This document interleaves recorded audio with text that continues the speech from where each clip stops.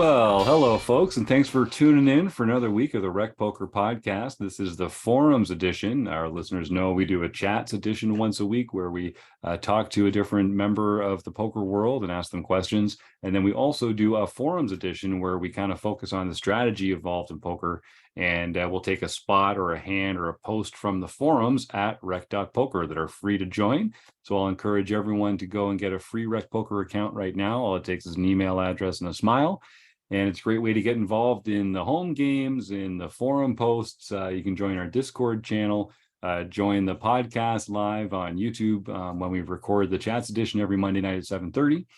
Of course, because most of what we do is free here at Rec Poker, we're largely a volunteer organization. I have to thank our sponsors, Mark Prashan and the website AMP, and of course, everyone over at the Running Aces Hotel, Racetrack, and Casino. Thank you so much for all your support. But it's not just the sponsors that I have to thank. It's Wrecking Crew members. You probably know my voice best because they give me the mic on Monday nights, but I'm just one of a wrecking crew. It takes a whole village to do what we do here at Rec Poker. So I'm Jim Reed, Bluffsterini in the home games, and at Rec Poker Jim on Twitter. But if you want to find out more about me and the rest of the Wrecking Crew, you can go to rec.poker/crew, or you can just listen up because you'll meet a couple of them tonight. I am John Somsky, and I am Poker Geek MN everywhere. And I'm Rob Washam, and I'm Rabman50 just about everywhere.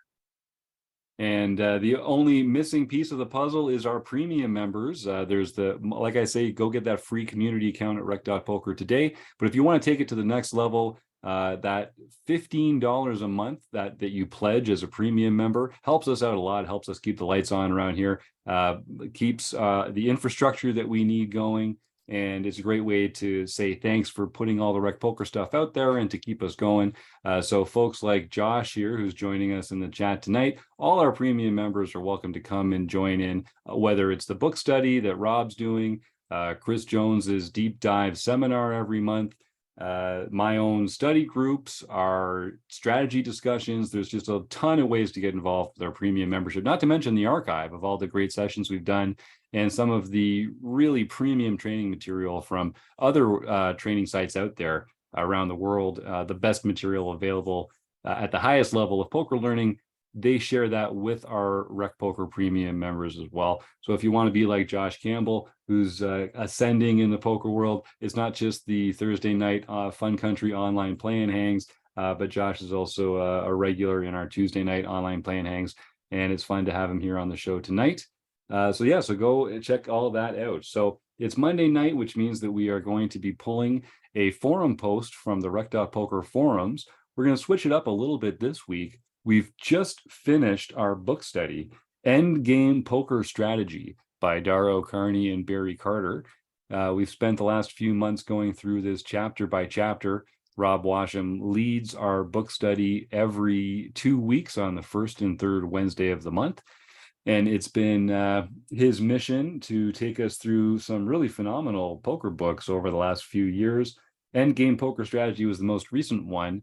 And I think this was really good insight for a lot of our recreational listeners for just how important ICM and the knock-on effect of knowing ICM, or the people in your table maybe not knowing ICM, and how important that can be to your game. So Rob, you were kind enough to volunteer to take our listeners behind the premium membership curtain a little bit here and talk about some of the lessons that you've learned, some of the interesting discussion items that came up in the group over the course of the last few months looking at this book.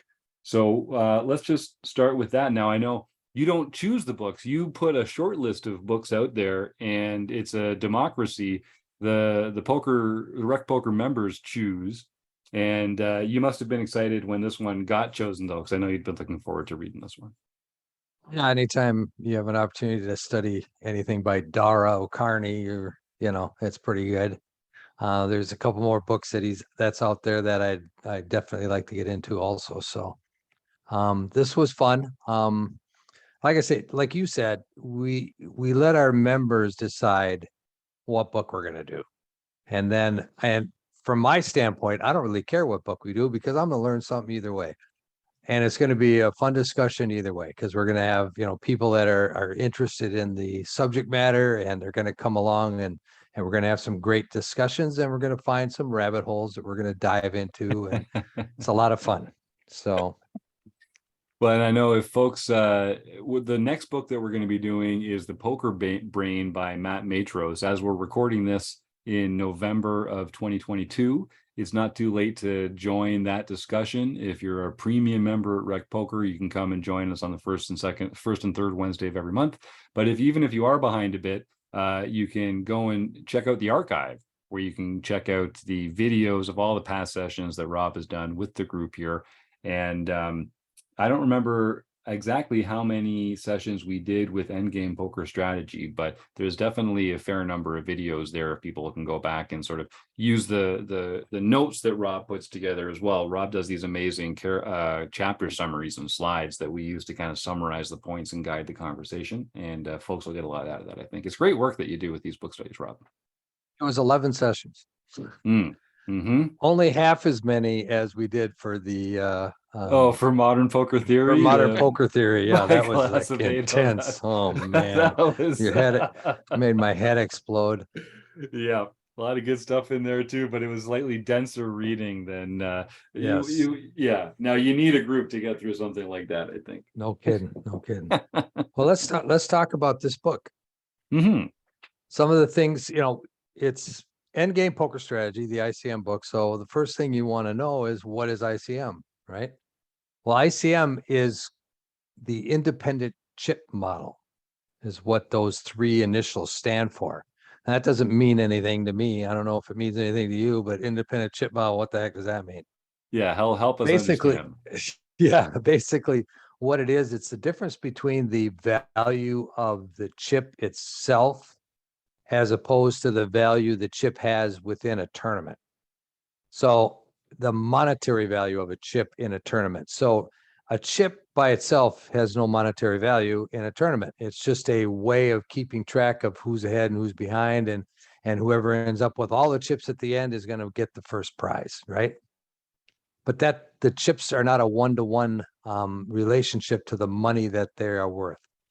And so the independent chip model is an attempt to make put a monetary value on the chips that you have in a tournament. So that's all it means. So when you're playing in a cash game, a chip is worth whatever it's worth. When you're done at the cash game, you take that chip to the cage and you're going to get that monetary value back 1 for 1. That is not the case in a tournament. You get 10,000 chips at the beginning of a tournament, you pay $100 for those chips.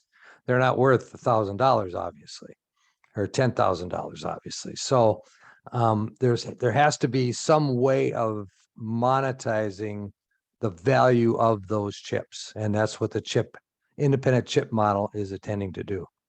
Yeah. So Rob, if I'm playing in a cash game and I buy in for $200, I've got a red $5 chip. I can take that to the cash and it's worth $5 no matter when it is.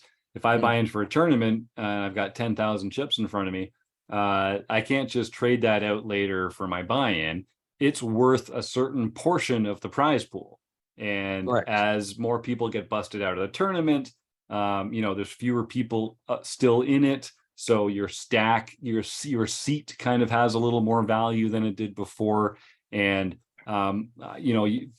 you'll find that your very last chip actually has more value than all the chips above it in your stack, because it's the one that takes you out of the tournament. So in a way, sort of the extra chips that you keep gaining are even less valuable than sort of some of the last chips that you have remaining. So this ICM model is, as you say, is kind of just a way to decide how to value your stack and the chips within your stack. Yeah, and to your point, the more chips you have, the less each chip is worth on a monetary value. That last chip that you have is worth the amount of equity you have in that tournament, and even though it's only 1 chip. John? Yeah, let's clarify a little bit what that really means, because in reality, the chips have no value inherently in themselves. Right. But it's all about the probability that you have to make one of the prize winning spots in the tournament. So if you have 50% of the chips in play, then and let's say it's a 3-person tournament, you have half the chips and 2 other people have 25% of the chips. Well, you are probably twice as likely to take first place as they are in that particular event. However, your chips are not worth twice as much because there's probably also a second place prize. So you kind of just average out what probability you are to finish in each place, and then that goes to the values of your chips. And as it turns out, the more chips you get, you only hit a certain threshold. You never get to 100% probability of taking first place. So there's kind of a max, and that's where Rob is talking about every chip you earn in a tournament is worth less to you monetarily than the chip you earned before. Yeah, it's counterintuitive. It can make your brain melt a little, but that's exactly the right way to be thinking about it. Yep. So knowing these things about the value of chips and how they change and how the accumulation of chips changes the value of each chip, there's a few points within the tournament where this becomes very, very important. It's not so important at the beginning because your equities are going to be spread out amongst all of the other players at the tournament. But as players are eliminated, the value of your chips are going to increase because the equity that you have in the tournament is going to increase the fewer players that are left. This becomes really, really important at the bubble. So at the bubble, the ICM factor at the bubble is as great as it's ever going to be. So there's 2 places really, the bubble of the tournament itself between cashing and not cashing, and at the bubble of the final table where the bigger payouts are going to occur. So there are 2 really important points, ICM intensive, they call them ICM intensive points, are at the bubble of the tournament where you cash or not cash, and at the final table where the payouts become greater and greater. And part of what we're talking about there is that it's the cost of busting, essentially. This isn't really what it means, but this might help our listeners kind of think about it a little bit. If you bust in the first orbit of a tournament, yeah, it stinks. You lose the tournament, you lost your bottom chip. But if you'd busted 100 places later, you still would have busted before the money. And the difference between busting in the first orbit and the 10th orbit isn't really that different. But if you bust 2 hands before the bubble breaks, that is a very different outcome than if you bust 2 hands after the bubble breaks. So the value of your chips, and in this case, I mean, your stack of chips, really your bottom chip, the value of your stack is much greater in that kind of an instance. The cost of busting just before the bubble is greater than the cost of busting just after the bubble. So you should value your stack. You should value your tournament life more. And what that means is that you should kind of play differently than when ICM is a strong factor than when ICM is not a strong factor. Is that a fair way of getting at it there, Rob? Oh yeah, definitely. What we're talking about is there are decisions that you're going to make that are chip EV decisions. And this is what you see in most of the training and most of the things that you do. You're looking at ranges. What's your equity versus this guy's range, this range? Those are all chip EV decisions. So when you got when you're in a tournament, and especially at the high leveraged ICM spots like the bubble, you have to think about not just a general chip EV, but what is the monetary EV of your decision? So in those types of situations, you can't go just by the chip EV. You have to look at what they call the bubble factor. So in other words, if in a chip EV situation, you're a 55% favorite, you should call if you have a 55% equity. That might not necessarily be true in a bubble situation where you might need 60 to 65% equity to make the call because of the monetary value or the equity that you have in the tournament at that time. So it changes the decisions that you make from strictly chip EV to more of a equity, tournament equity EV that you need to take into consideration when you're making those decisions. So some of those adjustments that I think our listeners are going to be most familiar with, and this is kind of intuitively obvious as well, when the bubble's getting close, if there are people all in front of you, you probably should fold some of the hands that you might otherwise call with, because while you might be getting the right price to call under certain circumstances, if part of the risk of calling is that not only will you lose this hand, but you might bust out of the tournament, then you're going to play tighter than you would otherwise, and that's technically correct to do so. So calling a little tighter in spots like this is going to be one adjustment that people kind of intuitively make. But there are other adjustments that when it comes to how you act as the original raiser, hands that you might choose to shove with instead, or that sort of thing. Rob, when you were going through the book here, I think a lot of people kind of intuitively understand that we should be tightening up near the bubble. What were some of the sort of other less intuitive lessons that Dara and Barry put together for us? It's the bubble factor is the key computation that you would use to determine. Now, this is something you would do off the table, but the bubble factor is what influences your calling equities. Now, one of the things that you need to take into consideration is that you can play very aggressive. You can be the aggressor, but when it comes to calling, calling decision is much tighter than a aggressive action. So in other words, an aggressive action, you could miss the range that you should be making that action with by 5 or 6 pips and still be okay, and lose very little equity. Whereas if you make a calling decision and are off by 1 pip, it can have a huge effect on the equity that you have in that tournament. So that was one of the, I guess, a light bulb moment that you don't really think about as much. The calling mistakes are much greater effect on your equity than a betting or raising mistake. Yeah, and we talk about like the different kind of errors we can make if you want to put them into either raising errors, calling errors, or folding errors. You've said before, Rob, that over folding doesn't cost you that much. Shoving a little lighter than you should doesn't cost you that much, because after all, you're going to get a lot of folds a lot of the time anyway. But the really expensive mistakes are calling incorrectly, calling too light. Correct. Because then you're actually going to realize your equity. You know, when you fold, you just get to move on to the next hand. When you shove, there's a chance that everyone else is going to fold. And when you're the one calling the shove, then there are no other outcomes. The only way to win the hand is by having the best hand. So that's the most expensive kind of mistake to make.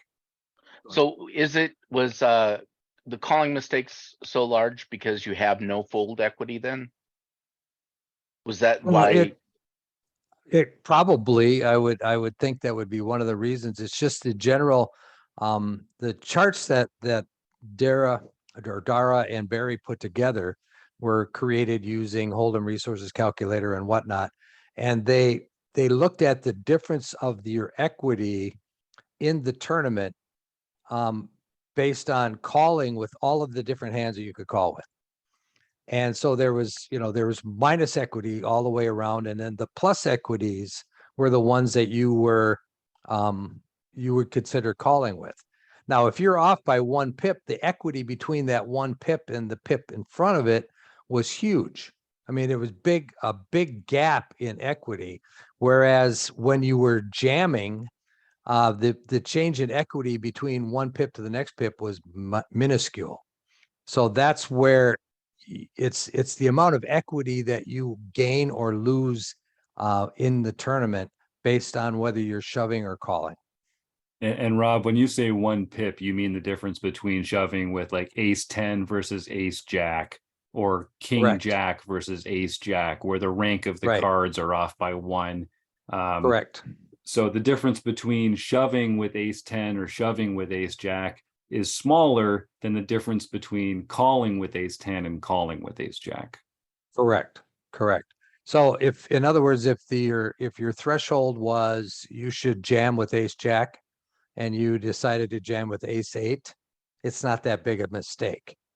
Whereas if your calling range was ace jack and you called with ace 10, you're making a much bigger mistake than that guy that jammed with ace 8. It just goes to show, and I think, John kind of got at it earlier here as well. That's a lot of poker hands end without going to showdown. So there's a lot of very few poker hands actually end up being resolved by showdown. And so that's the way to lose a tournament is by having to actually, compare your hand to the other person's hand at showdown, and only the better hand can win. If you can avoid that by folding or by shoving so other people fold, it's just not as likely that you're going to exit the tournament under those circumstances. Yeah, another thing that you have to consider is your stack size. Your bubble factor is actually the biggest if you're a medium stack, because you are putting yourself in a situation where you could become a short stack and be one of the next players out. So you need to look around, see where you are in relation to everybody else in the tournament. If you're a medium stack, then you have a much higher bubble factor. In other words, you need a lot more equity to get involved in a hand. If you're the short stack, you don't need as much equity to get ahead, because you're the one that's probably going to go out in the next, you're the next one that potentially would go out anyway. So you're not risking as much equity if you make a play.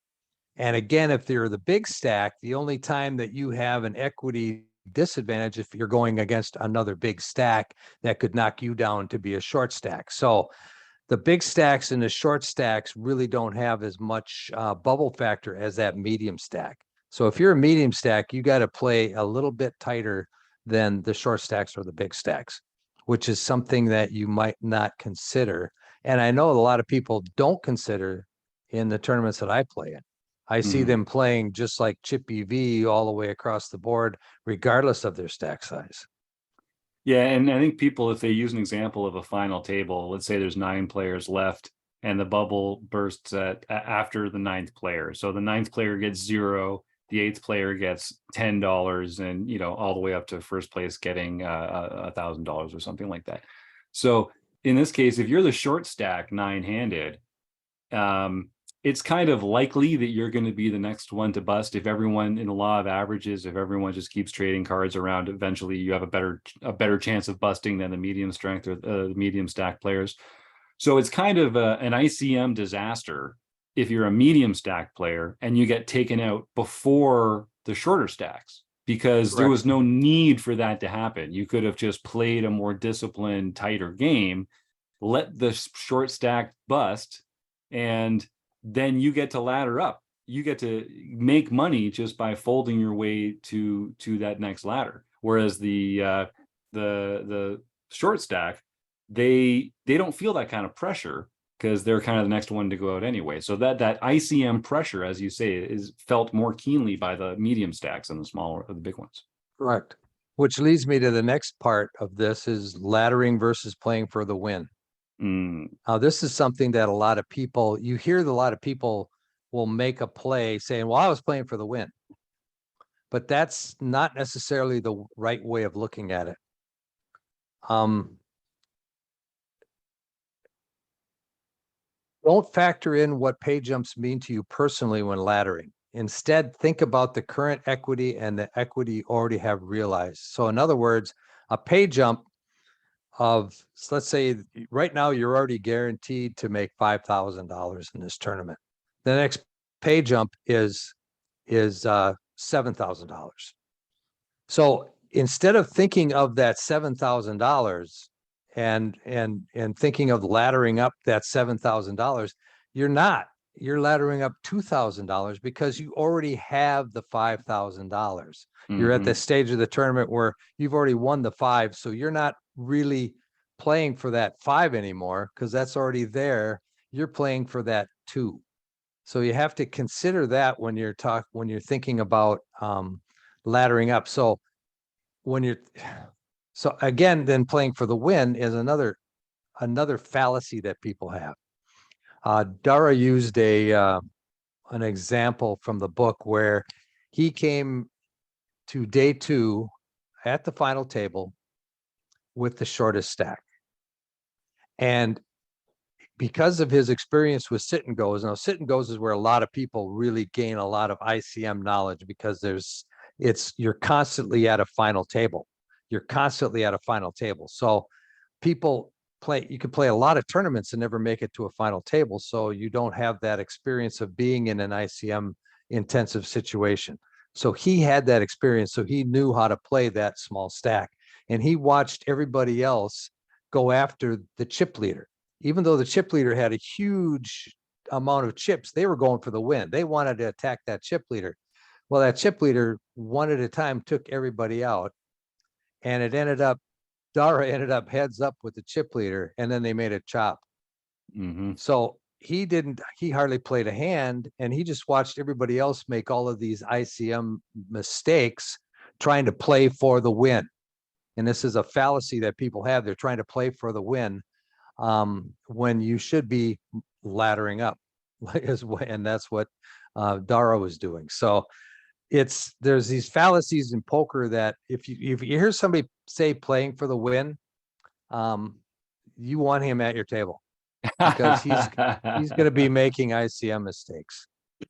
And Rob, kind of like you said at the very beginning of the show here, I mean, there are different times in the tournament where the ICM is more of a factor, where playing for the win is a bigger mistake.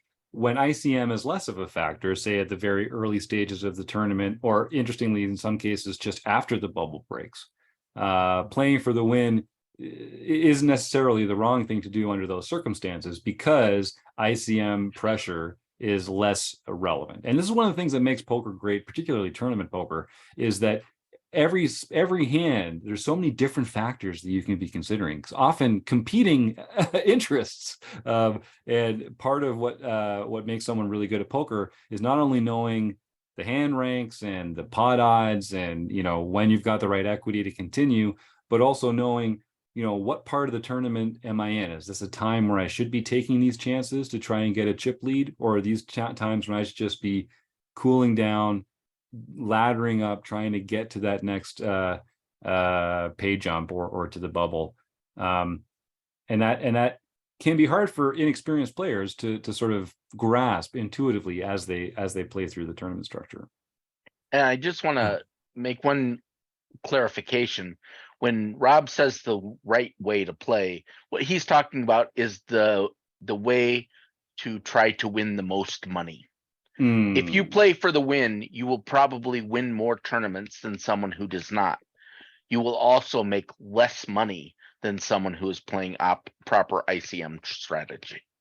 Because you'll bubble more tournaments, because you won't preserve your chip stack to that min cash, or because you won't ladder or because up, you won't have as many second and third places. You're going to have a lot more sixth or ninth places instead of that, and you won't have enough first places to offset it. So ICM is really tailored to optimize your pocketbook, not the number of trophies. So if you're playing for bracelets, then it doesn't matter. Yeah, if you got if you're Bill Klein and you got all the money in the world, you don't care. You can play anything you want, and it doesn't matter. You're playing for the win. But if you're trying to increase your ROI, playing for the win is not the way to go. It's playing to ladder, and make the most money that you can with the investment that you put into the tournament. Now, interestingly, it doesn't always mean knitting it up, though. We saw many examples where when ICM pressure was great, even if you're one of those players with the medium stack, you're still going to be making very aggressive actions, and you're still going to be choosing to shove in circumstances that you might not otherwise. Part of the reason why you're going to be doing this is because if other players at the table are ICM aware, they're going to sort of have to fold for the same reasons that we just talked about you having to fold when it getting close to the bubble, when ICM is a factor, because they want to preserve their stacks as well. So it's not quite as simple as just tightening up and folding your way to the money. True ICM mastery involves knowing when are the times to apply the pressure to other players. And the only way to do that is by putting chips in the pot. And when you're doing that, you're focusing on certain players' stacks. So in other words, if you're a medium stack, you're not going to, and you've got the two chip leaders to your left, well, you're pretty much stymied. You're not going to be able to play a lot. You're not going to be able to get very aggressive because they have less ICM pressure than you do. Where if you're the short stack, you can do that. Now, if you're a medium stack and you have a very short stack to your left, now's the time you can put a lot of pressure on him, because he is going to be risking his tournament life and you are not. So keeping in mind the types of players that you're going to be facing when you make an aggressive action is very important. Yeah, let's take another example. If we look at that final table hand, let's say that we have a top 3 stack and we're in the small blind, and the player to our left in the big blind has a medium stack, so we have them covered. And let's say that there are 2 really short stacks still in the tournament. So the action folds around, the 2 short stacks are in late position, they fold as well. Now it's us in the small blind, and we just have this one player to the left who we cover. Now, just think about this for a second. If we go all in here, that player is going to be put to a very difficult decision, because if they just fold, then there's 2 short stacks that in a couple orbits, they're probably going to bust, and this player can just ladder up and make some money. But if they call, there's a chance that they're going to lose the tournament, even if they have a really good hand. Even if they have a really, really good hand, the way equities run pre-flop in No Limit Texas Hold'em is, even with pocket aces, they're going to go home 20% of the time. And with kings, it's a lot more than that. And with ace queen offsuit, it's a lot more than that.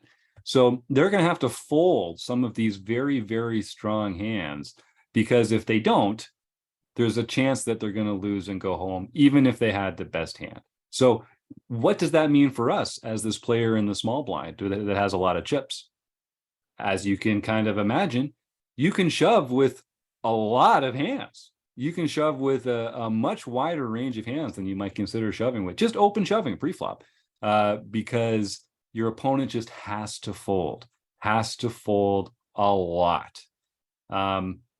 If they know what ICM is, and if they're paying attention, if they're feeling that ICM pressure themselves. Part of the problem, I think, in the games that we play as recreational players, hopefully we're playing in games where we have a skill edge, where we understand the theory of poker better than the people that we're playing against. And you might have that player in the big blind who's just not very ICM aware, and they see a pretty good hand and they see your shove, and so they decide that they're going to call. Even though they're shooting themselves in the foot by doing it, that they can shoot you in the foot at the same time.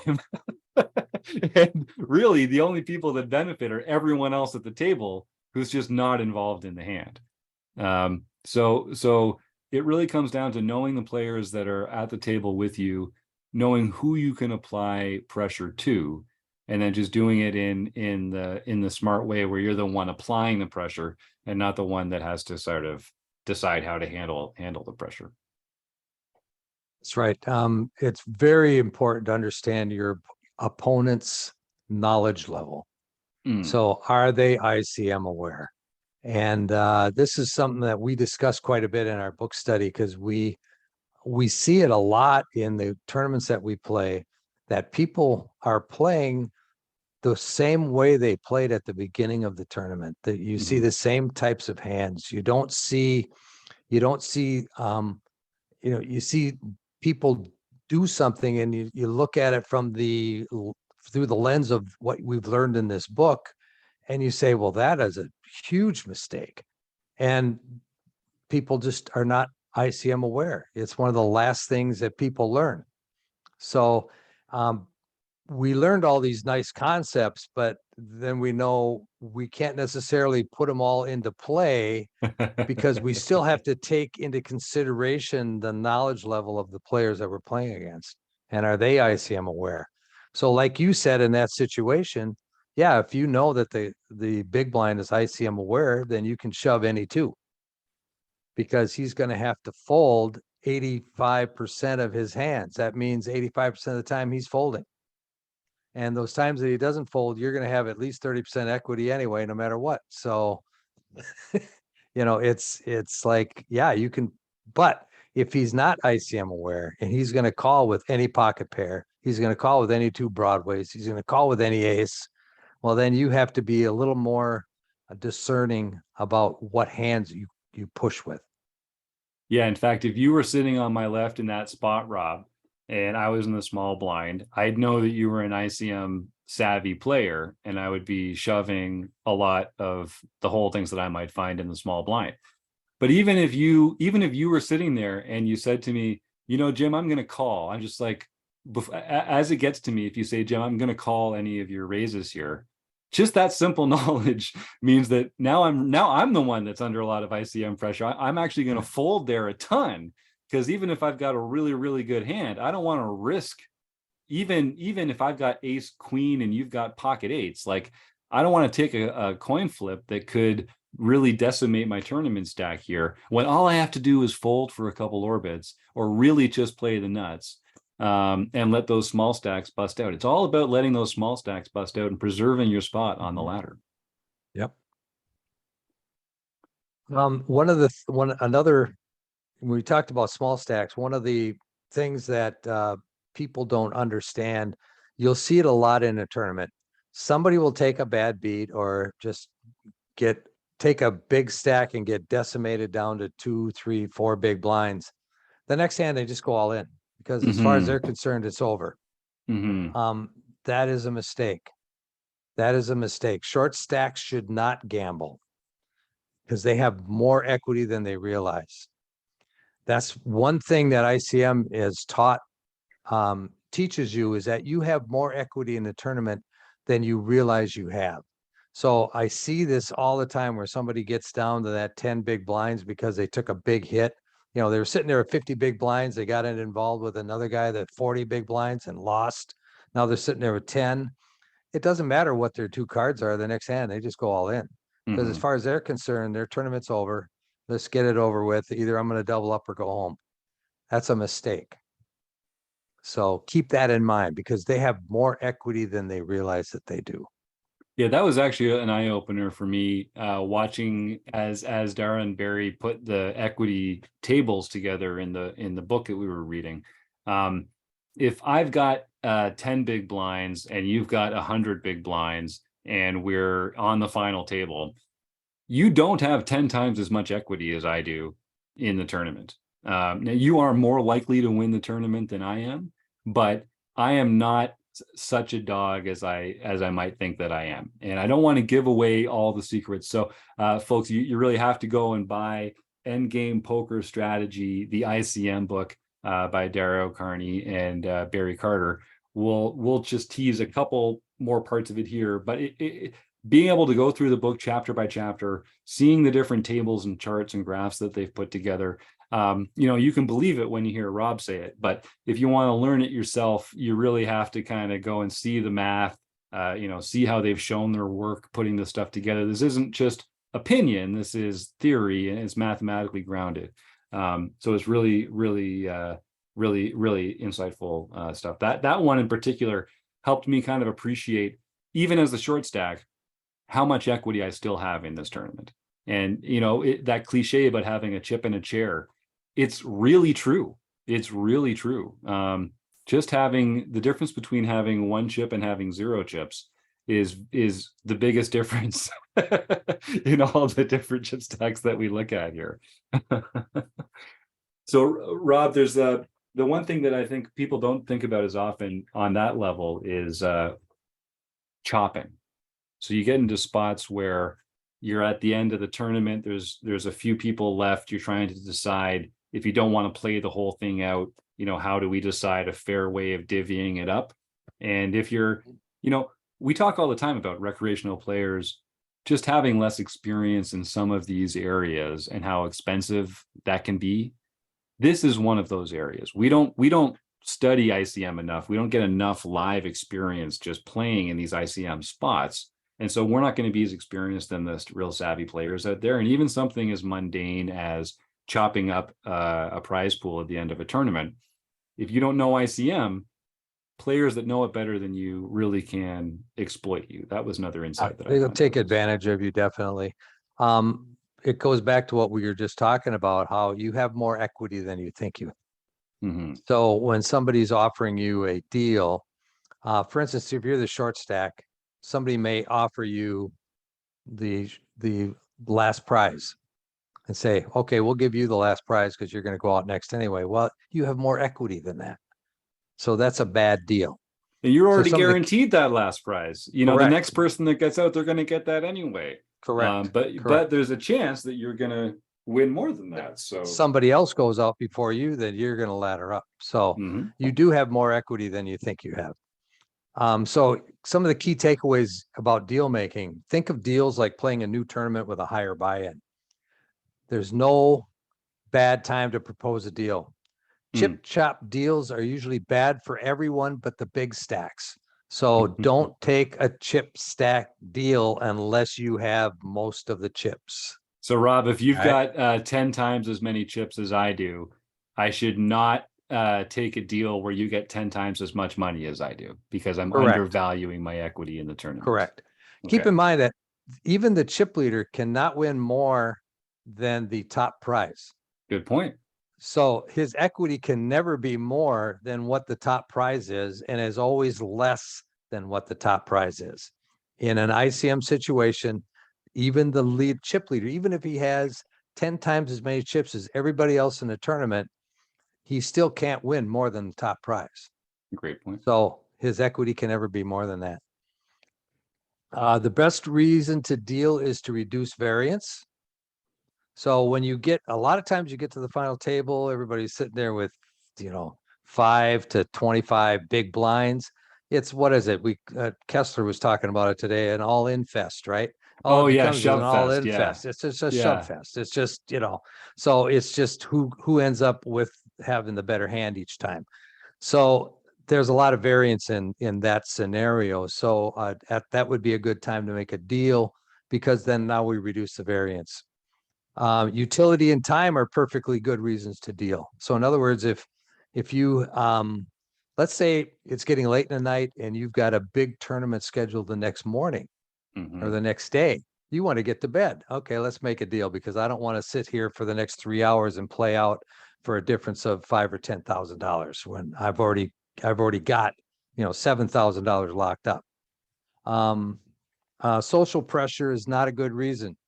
And I've seen this happen in the small card rooms that I've played in, where the social pressure to make a deal is so much that people make a bad deal just because they feel a lot of pressure and they don't want to be that guy, that guy that wouldn't Yeah. deal. Now, if you're playing live, you try to find out what the money means to your opponents. So if the money doesn't mean anything to them, it's probably going to be pretty easy to make a chop or make some sort of a deal. If the money is meaningless to them, yeah, it's going to be easy to make a deal. So chip leaders should reject saver deals. Short stacks should take them. A saver deal is a deal where they're giving away more. A saver deal is where they're giving the bubble player money. So in other words, they're taking money off the top, off the chip, off the overall prize, the first place prize, and giving it to the bubble. And it's usually the amount of the buy-in, or maybe a buy-in and a half, that type of thing. And, Now, and I've Rob, been this in is the player that would typically bubble and receive nothing. Correct. But the Correct. tables decided, or someone suggested that just to kind of move the game along, or to make their Correct. life a little less painful, let's just give them a buy-in and sort of Right. soften the blow a little bit. It's called a saver deal. And And what it's supposed to do, it's supposed to move the tournament along. Like you say, if you're sitting at a bubble, you can sit at a bubble forever because nobody Sure. wants to bubble. But if you know that you're going to get your money back, well, you can be a little looser, a little more, a little. So they call it a saver deal. They're good for the short stacks, but not for the chip leaders. Because the money is coming off the chip leader stack potential prize. So the next thing, one of the other things that I've noticed, I've been in some tournaments where we make a deal to pay the bubble. And what it'll be is everybody at the table will say, okay, everybody is going to take $20 out of their pocket and pay the guy $20 when he bubbles, whoever Yeah. that happens to be.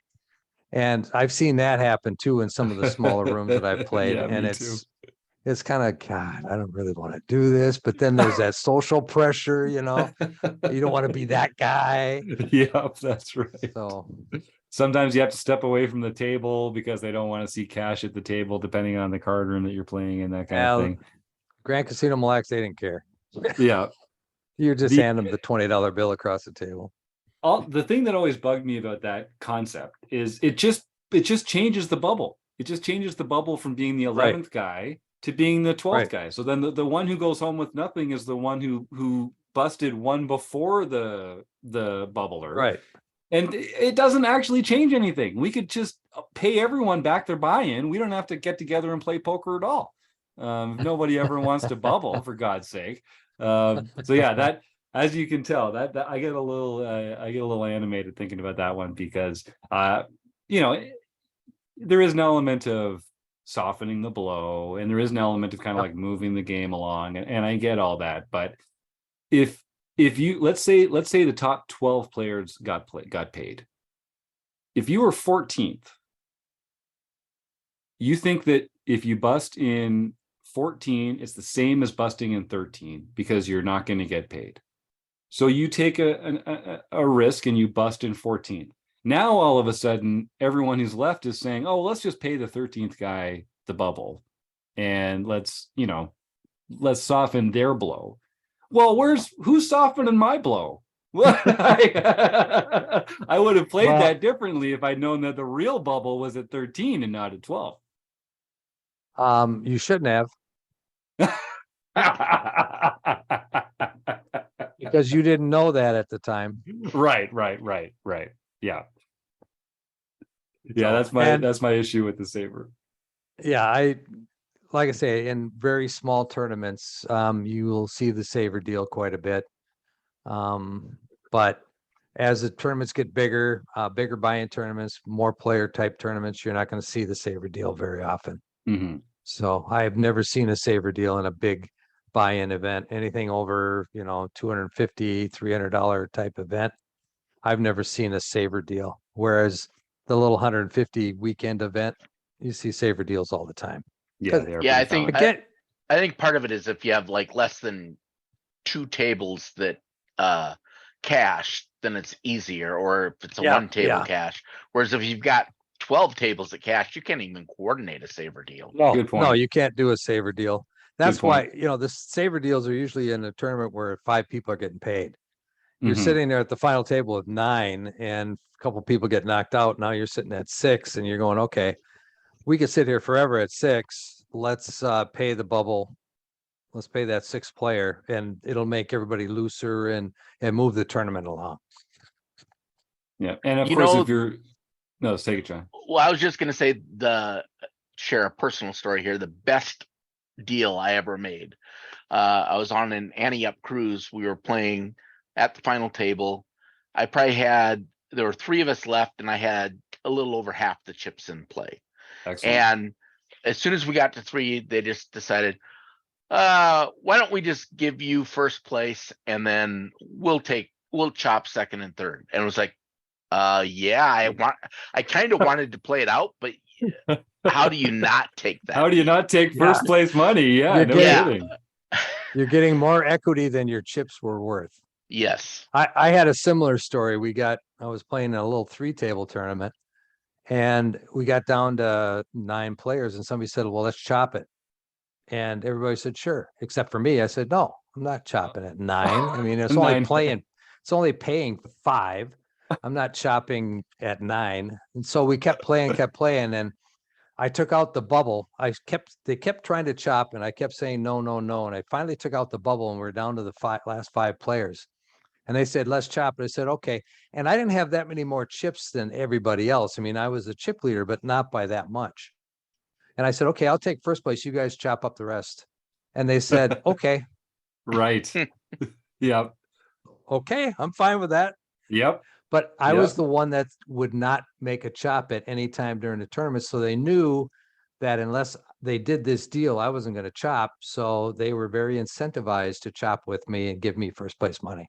There you go. So there's like an image play element to that as well. You know, there's never a bad time to introduce the idea of chopping a pot, but you know, being the one who doesn't want to chop, it has some pros and cons. There is sort of that social element of it as well. People can kind of resent that you don't want to chop, and now you're the one that's making them continue to play poker, which you'd think they'd enjoy given the circumstances. No, they But- wanted to play blackjack. yeah. But that's a good point. And you know, people, I've heard stories of some people even getting paid more than first place money just because they had such a preponderance of the chips that were in play at the time that people make silly decisions. And you know, at the top of the show, we talked about sort of some of the more intuitive elements of ICM pressure and how it kind of means tightening up in various spots. But I think you can see from the way we've teased it out, understanding ICM can be very valuable in all different elements of your poker tournament play, even down to the mundane details of chopping at the end for sure. And chopping at the end, it's never a bad idea to do an ICM chop. Mm-hmm. If the room offers you an ICM chop, it's not a bad deal because you're going to get your exact equity that you have coming in the tournament at that moment in time. Mm-hmm. Now, if you feel another thing that Rob didn't say, but you know, if you feel like you have a skill edge on the table, then don't chop or you know, hold out for a better deal. If you feel like you've got the chip lead, but you've just kind of gotten lucky and a lot of the other players there are better than you, then you might be incentivized to take a little less money than you might be due otherwise, just in order to kind of seal this baby up and get out of there with a win. That's not uncommon either. And keep in mind what Dara said is that most players really have more than a 5% edge on everybody else. Mm-hmm. So if that's your take, you're going to go in saying, hey, I'm a better player than, first of all, it's very difficult to say that at a table, to say I deserve 5% more because that's true. I'm a much better player than you, because nobody thinks that they're that bad. Right. Especially not when it's going to take money out of their pocket, right? That's a really good point. That's a really good point. All right. Well, like I said, folks, we could go on for another hour, but you really should go check out Endgame Poker Strategy, the ICM book. It's available at Amazon. If you go to rec.poker/doke, that's DOKE. That's Dara O'Kearney's Wrecking Crew page. You can find a link to it there as well, along with the other books that he's worked on with Barry, like the Satellite one and the PKO one, whose names escape me at the moment because I'm a terrible PKO podcast Poker host. Strategy and Satellite Poker Strategy. There you go. So they're very consistent. They are. He's got the name. suite of books all set up there. Rob, John, Josh, is there anything that we really must add to this conversation before we close out today's show? Feels like a pretty Just good. join Rob in the books clubs, and you'll get even more of this great stuff.